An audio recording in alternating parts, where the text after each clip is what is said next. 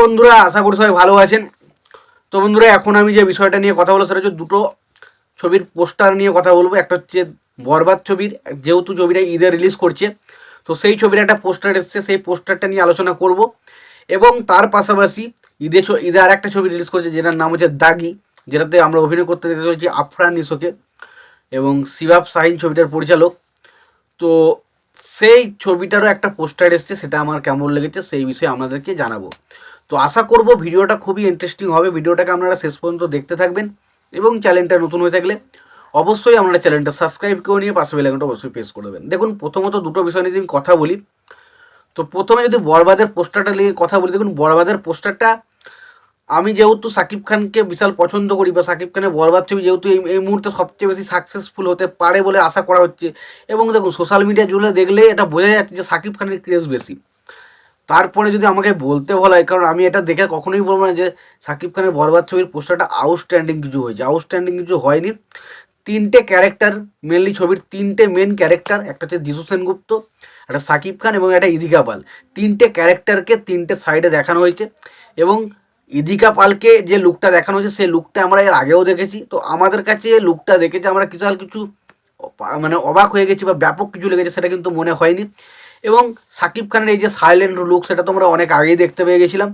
তো সত্যি বলতে সেরকম নতুনভাবে কি বিশাল কিছু আনন্দ কিন্তু দিতে পারছে না পোস্টারটা। এবং থার্ড যে লুক মানুষটা নিয়ে কথা বলে, যেটার নাম হচ্ছে যিশু সেনগুপ্ত, তার লুকটা কিন্তু বেশ ইমপ্রেসিভ। তার কারণ এই লুকটাতে আমরা কিন্তু তাকে কোনো টিজারে বা কোনো রকম কোনো পোস্টারে কিন্তু আমরা দেখিনি।